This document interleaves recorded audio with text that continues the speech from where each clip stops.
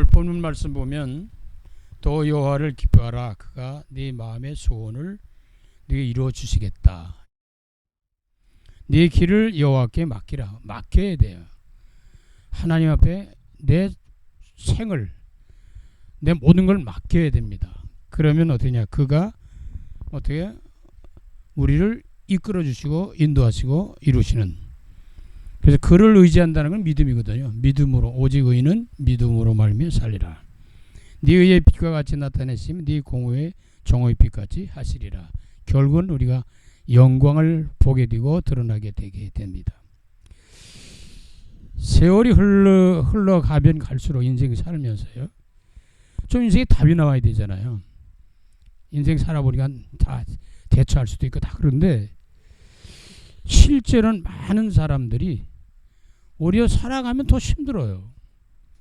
점점점 하나님 앞에 날아가는 길은 더 가까워지고 하면 더 불안해져요. 그래서 더 갈피를 못 잡고 불안해하면서 살아가는 이런 인생을 사는 경우가 너무 많죠. 그래서 아무것도 염려하지 마라. 이제 그런 말씀도 주셨습니다. 그래서 오늘 찬송가 375장 보면 나는 갈 길 모르니 인생에 한 치 앞도 우리는 몰라요. 어느 순간 어떤 일이 일어날지도 몰라요. 그러니까 불안한 거예요. 나는 갈 길 모르니 몰라요. 다 아는 것 같아도 모르거든요. 그러다 보니까 좀 어려운 문제 오고 힘들면 불안해지고 뭐 굉장히 염려 근심 걱정하게 되죠. 저쪽 우리가 작사 작곡의 배경을 잠깐 본다면 작사자는 베이랑 선교사의 부인 애니 베어드라는 분인데 원래 이 가사는 미국 호포 목사의 구세주 예수여 나를 인도하소서 그런 것인데 이거를 그 가사를 바꿨어요. 아주 다르게. 이런 걸 보면 우리가 또 뭘 생각할 수 있냐면 우리가 어떤 상황이나 어떤 사람이나 어떤 일들 속에서 새로운 어떤 영감을 받는다 그럴까요? 어떤 지혜를 얻는다 그럴까? 감동을 받는다 그럴까? 뭐 이렇게 오거든요. 그러나 저와 여러분들은 나로 하여금 다른 사람들이 복음 때문에 또 여러 가지 상황 속에서 그들이 답을 얻어야 되고요. 그들이 감동도 받아야 되고 그들이 힘을 얻고 그들이 치유되고 회복되고 이런 사역을 사명을 갖고 살아가는 것이 전도자들이에요. 그래서 우리가 때로는 나는 아무것도 아닌 것 같은데 내 모습, 내 말, 내 언어, 삶 속에서 많은 사람들이 물론 상처도 받죠. 그래서 전도자들은 상처 주는 사람들이 아니거든요. 그래서 나로 하여금 많은 사람들이 살아나는 소망을 갖고 치료되고 회복되는 이제 이런 일이 일어날 수 있습니다. 그러니까 전혀 내가 기록된 가사가 전혀 완전히 달라진 거예요. 그러니까 저와 여러분들이 내 중심으로만 자꾸 살면 안 되거든요. 하나님의 역사 속에서 내 뜻과는 전혀 다른 일들이 일어날 수 있거든요. 그걸 수용할 줄 알아야 되거든요. 나만 내 중심으로만 자꾸 하는 게 창세기 3장의 인생의 첫 번째 문제가 왔던 것입니다. 그러면 이 작곡자는 미국의 굴드라는 분인데 우리가 먼저 이 세상 살아가는 동안에 우리 인생의 작품을 남기고 가는 거거든요. 선하든 악하든 우리는 신앙의 믿음의 영적인 유산을 남기고 가는 사람들이기 때문에 우리가 이 가사를 좀 살펴보면서 우리가 기도하며 인도받을 필요가 있죠. 찬송가 가사가 주는 그 메시지를 본다면 1절에 나는 갈 길 모르니 다 아는 것 같아도 어떤 막상 문제 터지면 이게 심각해지거든요. 뭐 다 알 수도 있고 다 알 수도 없어요. 사실은 모른다고 해야겠죠. 나는 갈 길 모르니 그 말은 내가 먼저 답을 얻어야 되잖아요. 내가 먼저 살아나야 돼요.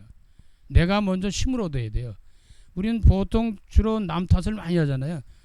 세상 탓하고 정치 경제 뭐 많은 탓을 한단 말이에요. 물론 이유 있죠. 그러나 그보다 중요한 것은 나를 돌아볼 줄 알아야 돼요.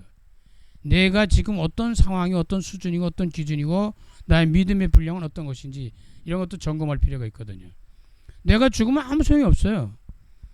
내가 지옥 가면 아무 소용이 없어요. 일단은 내가 구원부터 보아야 되고, 일단 내가 살고 봐야 되고, 일단 내가 힘이 있어야 되잖아요. 그래야 도울 수가 있어요. 나는 갈 길 모르니 그럼 어떻게 해야 되냐? 주여 인도하소서. 결국은 주님 붙잡아야 돼요. 주 안에서 우리가 승리할 수 있다. 그래서 주님 안에서 있을 때 우리는 힘을 얻게 되고, 주님 안에 있을 때 우리는 올바른 길을 걸어갈 수 있게 되는 겁니다. 그래서 예수님은 길이요 진리요 생명이다 이렇게 말씀을 하셨습니다. 어디 가야 좋을지, 어떻게 해야 될지 도저히 답이 안 나오고요. 어디 가야 좋을지, 어떻게 해야 될지 모르겠어요. 나 힘들어요. 죽을 것 같아요. 뭐 이런 하소연들을 많이 하거든요. 그 때문에 주여 인도하소서. 어디 가야 좋을지 모르니까 나를 인도해 주세요. 어디 가야 좋을지 나를 좀 인도해 주세요. 어떻게 해야 될지 나를 좀 도와주세요. 우리 어떤 면이 믿음 안에서 기도라고 볼 수 있죠. 결국 뭐 하나님 바라보고 기도할 수밖에 없어요. 하나님 인도를 받아야 되니까. 2절에 보니까 아무것도 몰라요 그랬어요. 아무것도 모르니. 아는 것 같아도 모르는 게 더 많죠. 금방 내가 다 해결할 것 같죠? 그렇지 않다는 걸 알 수 있어요. 인생 살아가다 보면 결국은 하나님이 뜻대로 됩니다. 우리 마음대로 뜻대로 되는 것 같지만 그렇진 않단 말이지. 아무것도 모르니 나를 가르쳐 주세요. 깨우쳐 주세요. 깨닫게 해주세요. 초대교인들은 그래서 예수가 그리스도라는 것을 가르치고 전도하기 쉬지 않았다 그러잖아요. 늘 배움의 자세가 필요해요. 겸손한 자세가 필요합니다. 은혜 받을 자세가 필요하단 말이에요. 낮아져야 된다 그 말이거든요. 나를 비우고 정말 은혜 받을 준비를 해야 되거든요. 아무것도 모르니 나를 좀 가르쳐 주세요. 깨닫게 해주세요. 깨우쳐 주세요. 은혜 좀 주세요. 힘을 주세요. 그런 여러 가지 길을 포함해 있죠. 어찌해야 좋을지 지금 모르겠어요. 지금 나를 가르치셔서 어찌해야 좋을지 모르니까 나를 좀 가르쳐 주세요. 오늘도 은혜 받고 하나님이 주실 준비한 해답과 응답과 답을 얻어야 되거든요. 분명히 하나님은 그것 때문에 우리를 부르시고 그것을 가지고 또 현장을 살리라고 하는 깊은 뜻을 담고 있기 때문에요. 근데 이 3절 보니까 그러면 우리 신앙은 어떤 자세가 필요한 거냐? 아이같이 어린이, 내가 대단한 사람 같지만 하나님 앞에 서면 어린애 같잖아요. 신앙과 믿음은 어린애 같은 믿음을 가져야 되거든요. 어린아이는 뭐냐? 부모, 어머니를 의지하거든요. 전적으로. 그러니까 저와 여러분들은 하나님 믿는 믿음은 완전히 내가 어린아이, 아무것도 할 수 없는 어머니, 아버지, 부모들이 아니면 안 되는 그 연약한 존재인 것을 깨달을 때, 거기만 살 길이라는 걸 알 때 우리는 하나님을 의지하게 되는 거거든요. 그래서 우리가 하나님을 의지하라는 거예요. 어린애 같은 심정을 가지고 나를 도와주세요. 이거 도와달라고 해야 돼요. 하나님 앞에. 나 도와주세요. 나 정말 힘들어요. 나 몰라요. 어떻게 해야 될지 모르겠어요. 내가 죽을 것 같아요. 살 것 같아요. 뭐 여러 가지 많이 있잖아요. 그래서 나를 도와줘서 힘도 없고 약합니다. 이 말은 뭐냐? 나 아무것도 할 수 없어요. 그전엔 배운 것이 대단한 줄 알았더니, 가진 돈이 대단한 줄 알았더니, 내 배경이 대단한 줄 알았더니, 이런 거 저런 거 하는데 나중에 막 인생에 심각한 문제를 부닥치고 나와 보니까 내가 아무것도 아니라는 걸 깨닫게 됩니다. 사람들은 좀 잘 나갈 때 잘 믿으면 좋은데 잘 나갈 땐 잘 안 믿어요. 그래서 만약 극한 상황에 벌어졌어요. 그때서야 죽을 병에 들고 뭐 죽을 일이 생기고 사업이 망하고 가정이 파탄나고 뭐 별일이 일어났을 때 그때야 좀 찾아요. 다행이긴 다행이지만은 얼마나 힘들겠어요. 나를 도와주셔서 힘도 없고 약합니다. 나를 도와주셔서 힘도 없고 약합니다. 난 할 수 없어요. 두 손 들고. 천부여 의지 없어서 두 손 들고 옵니다. 항복하는 거죠. 하나님 앞에. 하나님 앞에 빨리 항복할수록 우린 더 평안하게 온전한 바른 길을 우리가 인도받을 수 있게 됩니다. 4절 보니까 마음이 심히 슬프니, 알고 보면요 다른 사람들은 다 괜찮은 나만 이제 어려운 거 같거든요. 그럼 이제 더 불안해져요. 더 힘들어지고 그러다 보면 외로워지고 점점 어떻게 되겠어요? 뭐 답답하고 그러니까 어떻게 되냐면 마음이 막 슬퍼지는 거예요. 막 그런 상황이 보니까 정상적인 사람이 될 수가 없죠. 나를 위로 좀 해주세요. 나를 안정시켜 주세요. 내 마음을 좀, 내 가슴을, 내 심장을 좀 두드려 주세요. 안정시켜 주세요. 내가 지금 견딜 수가 없어요.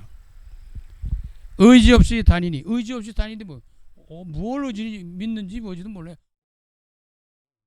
그러니까 의지 없이 다닙니다. 나를 위로해서 의지 없이 다니니 나를 위로 좀 해주세요.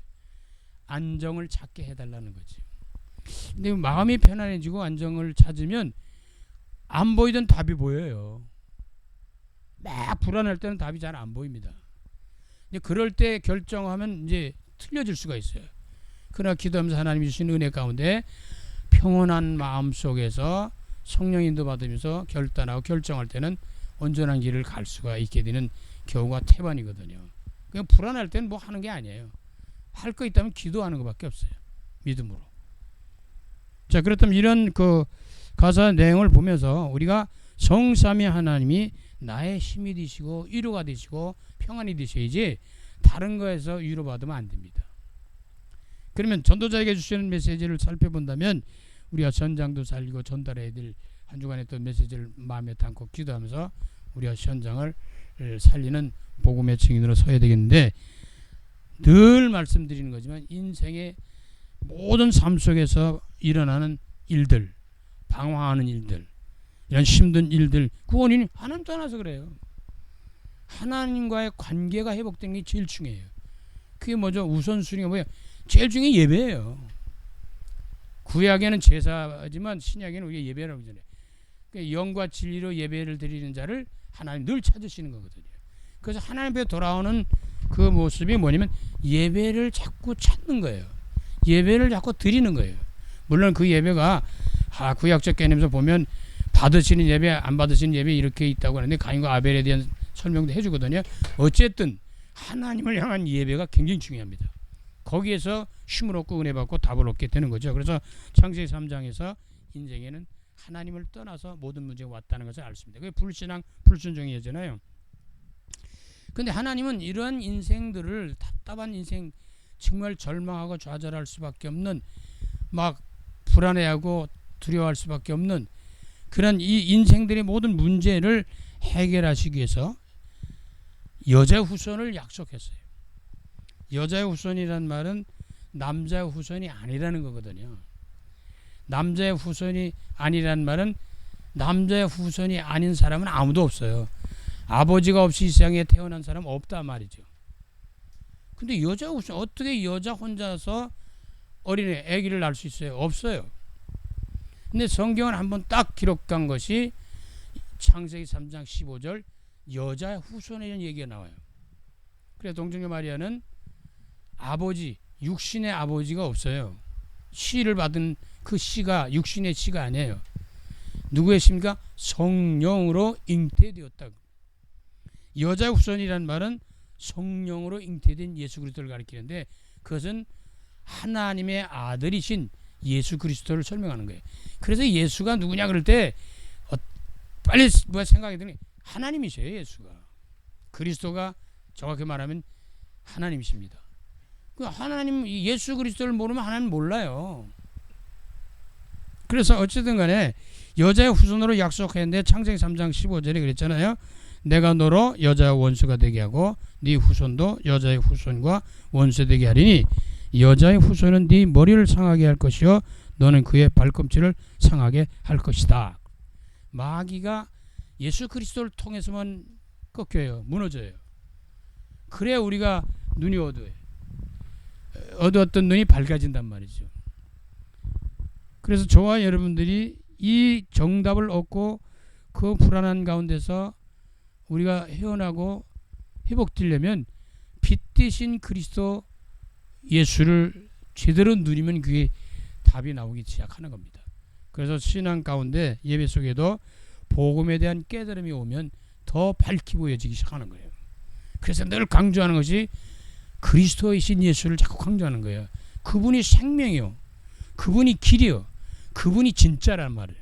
근데 우리는 생명의 길도 안 가고 멸망의 길, 절망의 길, 죽음의 길로 가고, 진짜가 있는데 가짜를 자꾸 따라가고, 그러니까 길도 아닌 걸 자꾸 그러니까 헤매는 거예요. 헤맨다는 말이 지금 참 길이신 그리스도를 만나지 못하기 때문이거든요. 또 못 누리면 그렇다 그 말이죠. 그래서 우리가 이 아버지께서 약속하신 예수 그리스도를 통해서 우리가 인생의 모든 문제를 해결할 수 있는, 나는 갈 길 모르는데 서서히 길이 보여요. 왜? 길 대신 예수가 오시니까. 가짜 진짜가 뭔지 몰랐는데 진짜가 들어오시니까 진짜가 이제 깨달아지고 발견되고 그러는 거죠. 분별이 된다고 볼 수 있죠. 나는 죽음의 길로 가는데 이제 사는 길이 생긴단 말이에요. 아, 이제 다 때려치고 다 죽자. 근데 그게 아니라 복음이 비춰지고 복음이 들어오면 새 생명이 들어오거든요. 새 소망이 생긴단 말이에요. 빛이 들어오니까 어둠이 물러가면서 밝은 빛이 오면서 답이 없던 인생에 답이 나오기 시작하는 겁니다. 근데 이분이 요한복음 19장 30절에 잘 아시는 것처럼 십자가에 달린 예수 그리스도께서 우리 인생의 모든 문제를 다 해결해 놓고 직접 주님 말씀에 다 이루었다, 끝났다 그렇게 설명을 합니다. 말씀하셨단 말이죠.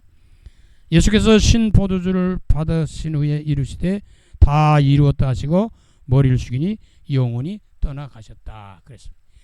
주님이 우리를 위해서 인생의 모든 문제 해결하기 위해서 십자가에서 다 끝내버린 거예요. 그러고 죽으신 거예요. 그러니까 죽음으로 끝나면 또 안 되잖아요. 그래서 예수 그리스도는 부활하셨다는 거죠. 살아나셨다. 그래서 예수 그리스도를 믿는 자, 그 안에 있는 자들은 부활의 첫 열매가 되신 예수 그리스도가 부활하신 것처럼 우리도 다시 사는 날이 온다는 겁니다. 그래서 예수 그리스도께서 부활하시고 승천하셨어요. 우리의 처소, 우리가 거할 처소를 예배라도 가셨지만 그분은 우리 육신과 같이 이렇게 있어 계시면 안 되기 때문에 그 육신은 하늘로 올라가시고 우리와 함께 할 수 있는, 시공간을 초월하면서 전 세계 어느 곳에도 함께 할 수 있는 뭘 보내셨어요? 성령을 약속하시고 보내셨단 말이에요. 지금은 성령이 우리와 함께 계시고 성령이 영이 안 보이잖아요.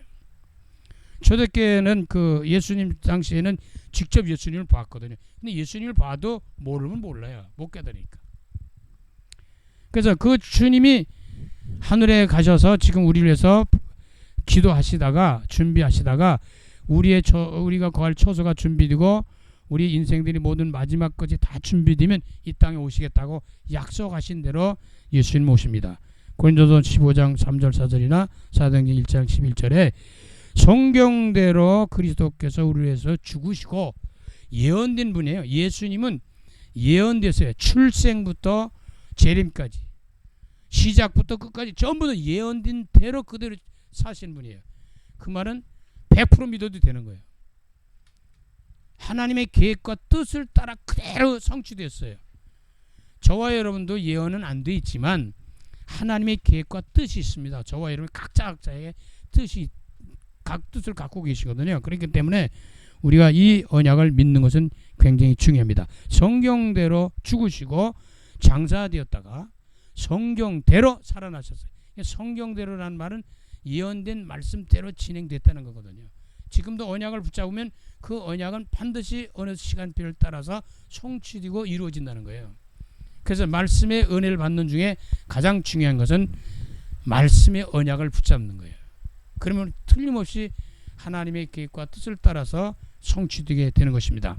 이제 그런 주님이 이 땅에 오셔서 십자가에서 다 해결하시고 죽은 자 가운데 살아나셔서 제자들이 보시는 가운데 승천을 하신단 말이에요. 그래서 사도행전 1장 11절 이스라엘 갈릴리 사람들아 어찌 서서 하늘을 쳐다보느냐 너희 가운데서 하늘로 올려지신 이 예수는 하늘로 가신 본 그대로 오실 것이다. 어쨌든 간에 저와 여러분들은 주님이 풀림없이 이 땅에 오신다는 약속인데 언제 오시냐? 언제 오실까? 그거 걱정하지 말라는 거예요. 땅 끝까지 복음이 전파되면 그때야 끝이 오리라. 우리는 때를 넣든지 뭐든지 복음만 전하고 살아가면 돼요. 그래서 인생의 모든 문제 해결하고 구원하실 길은 오직 예수 그리스도밖에 없다는 거죠. 그래서 신앙과 믿음이나 모든 것이 오직이라는 여기에 우리가 언약을 잡아야 됩니다. 오직 한 길밖에 없어. 어떤 여러 가지 길 속의 하나가 아니에요. 여러 가지 종교 속의 기독교가 아닙니다. 영원한 생명의 길은 오직 예수 그리스도밖에 없어요. 그래서 요한복음 14장 6절에 예수께서 이르시되 내가 곧 길이다. 방황하지만 내가 길이야. 내가 길. 날 따라오고 날 바라봐. 내가 진리야. 다른 건 다 가짜야. 나중에 다 무너져. 그러니까 나만 바라봐. 진리신 예수만 바라보라는 거죠. 그 다음에 내가 생명이야. 다른 건 다 결국은 죽어. 멸망이야. 나를 바라봐. 나를 믿어. 다른 거 보지 마라. 내가 곧 길이요 진리요 생명인 예수 그리스도가 아니고는 하나님 아버지께 갈 자가 없다. 그 말입니다. 없어요. 그러니까 오직 그리스도, 오직 예수, 오직 복음, 오직 기도, 오직 성령. 이 오직이라는 이 말에 우리는 좀 답을 얻어야 됩니다. 다른 데 있질 않아요. 자, 그러면 이분이 진리시잖아요. 길이요 진리거든요. 진리라는 말은 예수 그리스도거든요. 예수 그리스도 안에서 참 자유함과 평안함을 누리게 된다. 그 말이죠. 평안해져야 길이 보인다니까요. 마음이 안정되어야 이제 판단을 정확하게 할 수 있어요. 불안해할 때면 물론 그럴 때도 될 수 있지만 그러면 잘못될 수가 있어요. 그래서 어떤 일이 생기면 뭐부터 하라? 기도부터 해라. 네 마음부터 진정시켜라. 마음부터 편안해지면 그 다음에 길이 보여요. 당장 죽을 것 같은데 살 길이 보인다니까요. 그냥 빛이 들어오는 거예요. 깜깜한데 빛이 들어와 버리니까 그 빛을 따라가면 되는 겁니다. 그래서 요한복음 8장 31절 35년 그러므로 예수께서 자기를 믿는 유대인들이 이르시되 너희가 내 말에 거하면 참으로 내 제자가 되고 말씀 언약 속에 들어가야 되죠. 그리고 내가 너희에게 주는 평안을 너희에게 주노니 곧 나의 평안을 너희에게 주노라. 내가 너희에게 주는 것은 세상에 주는 것 같지 않다. 평안도 세상에 주는 평안도 있지만 하나님으로부터 위로부터 주는 평안을 얻어야 됩니다. 그게 진짜 참 평안이거든요. 너희는 마음에 근심하지도 말고 두려워하지도 말라 그랬습니다. 그래서 시편 23편 1절로 6절은 여호와는 나의 목자시니 내가 부족함이 없다고 나오고 다윗은 고백하거든요. 영원한 집에 거하리라. 종착역은 천국에서 영원히 하나님과 더불어 살아갈 수 있는 언약을 우리에게 약속하고 있습니다. 그래서 이 언약 속에 들어오면 뭐야? 염려, 근심, 걱정하지 말아라. 그렇게 되어지는 거거든요. 그럼 우리가 할 일이 뭐 있겠어요? 마지막 생애는 할 일이 다른 거 다 있지만 없어요. 우리 사명자들은 뭐예요? 사도행전 5장 42절. 초대교인들은 바울은 오직 그리스도만을 위해서 살았어요. 예수 그리스도 안에서 답을 얻은 자들은 그리스도의 증인의 삶을 살게 되어집니다. 성령이 임하시면 권능받고 예루살렘에서 땅끝까지 증인이 되는데 예수 그리스도의 증인으로 사는 거예요. 복음의 증인이죠. 그래서 우리가 성령 충만 받으면 어떻게 돼요? 일단 증인돼요. 응답이 오고 답이 와요. 힘이 생겨요. 능력이 생겨요. 깨달아지고. 그럼 인도를 받게 되죠. 성령 인도 받으면서 신앙생활하고 주어진 사명을 감당해야 되는데 그럼 성령께서 역사를 하게 되는데 여기에 키가 있다면 언약 잡고 기도하는 것밖에 다른 방법이 없습니다. 그래서 오직 그리스도만 붙잡고 그러니까 그리스도라는 단어를 늘 잘 아시는 것을 묵상하고 누려야 되는데 하나님 만나는 길, 천국 가는 길, 구원받는 길, 재앙과 저주, 죽음, 멸망, 지옥, 권세에서 해방받는 길, 사탄 마귀신 악령을 추방하고 꺾고 승리하는 길, 인생의 모든 문제 해결하신 십자가에 달린 예수 그리스도가 우리의 구세주라고 하는 고백이 예수는 그리스도라는 고백입니다. 그래서 선지자 제사왕에 대한 의미를 우리가 늘 누려야 되죠. 그래서 우리는 진리이신 예수 그리스도를 믿고 받아들임으로써 그리스도 예수 안에 참된 자유함과 평안함을 누리면 하나님의 성령의 인도를 잘 받을 수가 있게 됩니다. 그래서 지금 나는 갈 길 아무것도 모르는데 어떡합니까? 성령이 임하시면 길을 인도합니다. 고아와 같이 버려두지 않고 보혜사 성령이 우리에게 오셔서 우리의 갈 길을 인도해 주시고 가르치고 지도해 주신다고 약속하셨습니다. 나는 갈 길 모르니 주여 인도하소서. 어디 가야 좋을지 나를 인도하소서. 어디 가야 좋을지 나를 인도해 주옵소서. 답답할 때 주님 바라보고 주 안에서 인도를 잘 받고 답이 없는 그 속에서 인생의 모든 문제에 답을 가지고 계신 그리스도 안에서 답을 얻으시면서 주 안에서 주어진 삶과 사명에 승리하시기를 간절히 주의 이름으로 축원합니다. 살아계신 주님, 내가 어딜 가야 될지 모르겠어요. 어떻게 해야 될지 모르겠어요. 나를 좀 인도해 주세요. 나를 좀 도와주세요. 오늘 고백하고 있습니다. 하나님 안에 거할 때, 성삼위 하나님이 함께할 때 우리는 참된 길과 진리, 생명의 길로 갈 수가 있게 됩니다. 오늘 귀한 종들이 성령 충만한 가운데 길이 되시고 생명이 되시고 그리고 진리가 되신 예수 그리스도를 따라서 인도받으며 주어진 삶과 삶 속에 승리하여 천국 가는 그날까지 성령 인도를 잘 받는 복된 증인들로 오늘 시간 성령 충만케 하여 주옵소서. 예수 그리스도의 이름으로 감사하며 축복하며 기도드립니다. 아멘.